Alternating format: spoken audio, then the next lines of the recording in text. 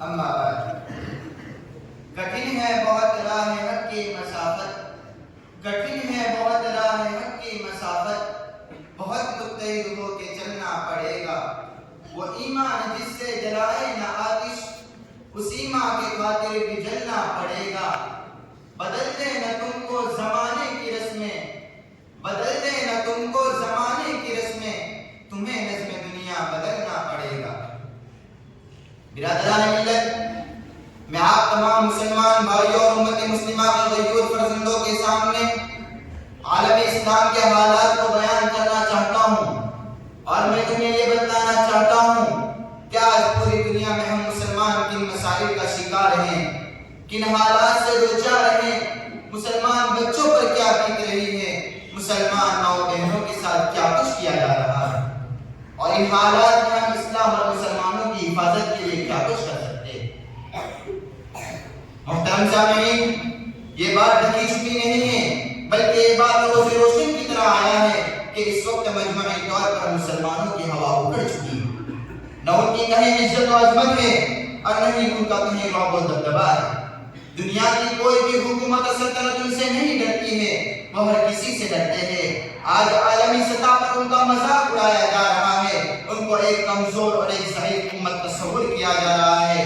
قرآن کریم جیسی مقدس کتاب کو جلایا جا رہا ہے، علل اعلان اس کی بے حرمتی کی جا رہی ہے، دین و اسلام کی دھجیاں اڑائی جا رہی ہے، اور حد تو یہ ہے کہ مسلمانوں کے محبوب رہبر و رہنما اور کائنات کے سردار محمد مصطفیٰ صلی اللہ علیہ وسلم کے ساتھ تمسخر کیا جا رہا ہے۔ ذرا سوچیے تو صحیح، آخر ایسا کیوں ہو رہا ہے؟ اتنا بڑا انقلاب کیسے آیا؟ پوری دنیا سے اسلام اور مسلمانوں کی عزت و عظمت اور رعب و دبدبہ کیوں ختم ہو گیا؟ کل تک وہ مسلمان جن سے قیصر و کسریٰ جیسی سپر پاور طاقتیں برستی تھی، کل تک وہ مسلمان جو صرف نہتے 313 تھے مگر انہوں نے 1000 مسلح تجربہ کافروں کو شکست دی تھی، کل تک وہ مسلمان جو آگ کے سمندر میں کود جایا کرتے تھے، مسلمانوں کو کیا ہوا کہ آج اس قوم سے اسرائیل جیسی ملعون ترین قوم بھی نہیں ڈرتی؟ کل تک یہی یہودی خیبر میں رہنے کے لیے ٹیکس پے کر رہا کرتے تھے، کل تک یہی یہودی خیبر میں رہنے کے لیے منتیں کرتے تھے، مسلمانوں کو کیا ہوا کہ آج اس قوم سے اسرائیل جیسی قوم بھی نہیں ڈرتی؟ کل تک یہی صہیونی جن کو مسلمانوں نے اتنا مارا تھا کہ ان کو کہیں جگہ نہیں ملتی تھی، کل تک وہ صہیونیت جس نے ہماری تلواروں کے نیچے دم توڑا تھا، کل تک وہ صہیونی جو ہمارے لونڈی اور غلام بن کر رہا کرتے تھے، مسلمانوں کو کیا ہوا کہ آج یہودی بھی ہم سے شیر ہو گئے، آج صہیونی بھی ہم سے شیر ہو گئے، آج وہ کفار بھی ہم سے شیر ہو گئے جو ہمارے اور ہمارے مغل بادشاہوں کے زیر سایہ رہا کرتے ہیں۔ ذرا سوچے تو صحیح کہ ہم مسلمان ہیں اور وہ اسی کفر پر قائم ہیں، آخر اتنا بڑا انقلاب کیسے آیا؟ برادران وطن، کیا ہماری کمزوری کی وجہ مال و دولت کی کمی ہے؟ کیا ہماری کمزوری کی وجہ تربیت یافتہ افرادوں کی قلت ہے؟ کیا ہماری کمزوری کی وجہ افراد کی کمی ہے؟ کیا ہماری کمزوری کی وجہ اسلحہ غلہ بارود کا فقدان ہے؟ نہیں، بالکل نہیں۔ اگر افراد کے اعتبار سے دیکھا جائے تو مسلمانوں کی تعداد پوری دولت سے کہیں زیادہ ہے، اگر مالی اعتبار سے دیکھا جائے تو مسلمان قوم اقوام عالم میں کہیں زیادہ مالدار ہے، معدنیات کے ذخائر اور کان بھی زیادہ تر اسلامی ممالک میں ہیں، لیکن تمام باتوں کے باوجود مسلمان کمزور اور مغلوب اور مقبول کیوں ہو رہے ہیں؟ مسلمان ہر جگہ پر مار کیوں کھا رہے ہیں؟ مسلمانوں پر ہر جگہ ظلم و ستم کے پہاڑ کیوں توڑے جا رہے ہیں؟ خدا تعالیٰ کی یہ سرزمین اپنی تمام تر وسعت و کشادگی کے باوجود مسلمانوں کے لیے کیوں دم ہوتی جا رہی ہے؟ میرے بھائیوں، اگر غور سے دیکھا جائے اور ایک تحقیقی جائزہ لیا جائے تو پتہ چلتا ہے آج عالمی سطح پر مسلمانوں کی کمزوری اور ذلت اور رسوائی کی اصل وجہ جہاں اسلام کی پیروی سے انحراف ہے، وہیں پر اس کا ایک بڑا سبب آپسی اختلاف و انتشار، آپسی جنگ و جدل اور اتحاد و اتفاق کا فقدان۔ حاضرین جلسہ، پوری تاریخ اس بات پر گواہ ہے کہ جب تک مسلمانوں میں اتحاد و اتفاق اور قوت و محبت کا یہ رشتہ برقرار رہا، جب تک مسلمان سیسا پھیلائے ہوئی دیوار بنا رہا، اس وقت تک کوئی ان پر اپنی حاکمیت ظاہر نہیں کر سکتا تھا اور وہ ساری دنیا پر چھائے رہے۔ لیکن جب سے مسلمانوں نے ایک دوسرے کو گرانے، ایک دوسرے کی ٹانگیں کھینچنے اور ایک دوسرے کو دیر کرنے کا عمل شروع کر دیا۔ جب سے ہر شخص اپنی ایک الگ جماعت بنانے کی فکر میں لگ گیا، ایک دوسرے پر کفر کے فتوے لگنے لگے، ایک مسلمان دوسرے مسلمان کے خون کا پیاسا ہو گیا، اس وقت سے یہ مسلمان قوم پوری دنیا میں ذلیل و رسوا ہونے لگی۔ اسی وقت سے بے کسی، مایوسی، معاشرتی خرابی، تہذیبی پستی، غربت و افلاس جیسی بے شمار دردانگیز پریشانیوں کا دائرہ دن نکلتے اور شام ڈھلتے بڑی تیزی سے مسلمانوں کو اپنے دائرے میں لینے لگا۔ میرے دوستو، اتحاد خدا تعالیٰ کی طاقت کے بعد سب سے بڑی طاقت ہے۔ اتحاد قوموں کے تحفظ و بقا کا ضامن ہوا کرتا ہے۔ اتحاد قرآن کریم کی پکار ہے، اتحاد کامیابی کی دلیل ہے، اتحاد وقت کی اہم ترین ضرورت ہے۔ آج امت کی ناکامیابی اور نامرادی کا ایک بڑا سبب یہ ہے کہ آج ہم ہر طرح سے بچ چکے ہیں، اتحاد کی مالا ٹوٹ چکی ہے، اس کے موتی بکھر رہے ہیں۔ اس لیے آج ضرورت ہے کہ ہم اپنی سب کے اندر اتحاد پیدا کریں۔ تاریخ سے آشنا حضرات جانتے ہیں کہ جب اسپین پر مصائب کے پہاڑ توڑے جا رہے تھے تو وہاں کے مسلمان عربی، اندلسی اور برادری کے نام پر لڑ رہے تھے، آپس سے خانہ جنگیوں میں مصروف تھے۔ ایک مسلمان سردار دوسرے مسلمان سردار کو دیکھنا گوارا نہ کرتا تھا، بلکہ ایک دوسرے کے خلاف مخالفین سے مدد لیتے تھے۔ وہاں کے مسلمانوں نے خود مخالفین کے ہاتھوں کتنے مسلمانوں کو خوشی خوشی قتل کروایا، جس کی وجہ سے صلیبیوں کے دلوں سے اسلام اور مسلمانوں کا رعب و دبدبا ختم ہو گیا۔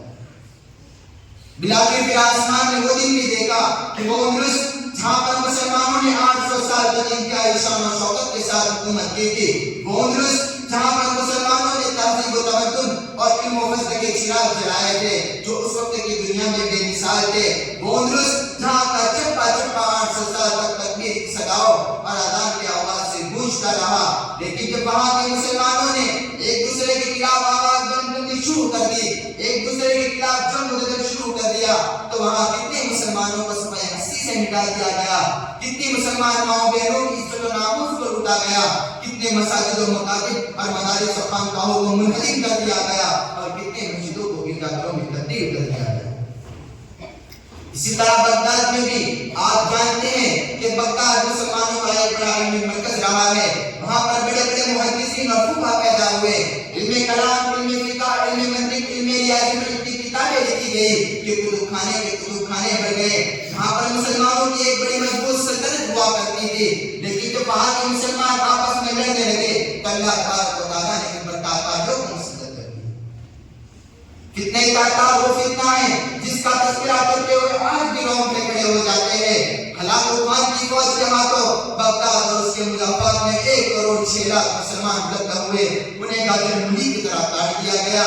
کہا جاتا ہے کہ مسلمانوں کے دل و دماغ پر تاتاریوں کا اس قدر رعب و دبدبا چھا گیا تھا کہ اگر کوئی تاتاری عورت مسلمان مردوں کو بازار میں روکتی اور کہتی کہ تم یہاں پر ٹھہرے رہو، میں گھر سے تلوار لا کر تمہیں قتل کرتی ہوں، تو اس مسلمان پر اس قدر خوف چھا جاتا کہ اسے وہاں سے ایک قدم آگے بڑھانے کی جرات نہ ہوتی اور وہ عورت اسے قتل کر دیتی۔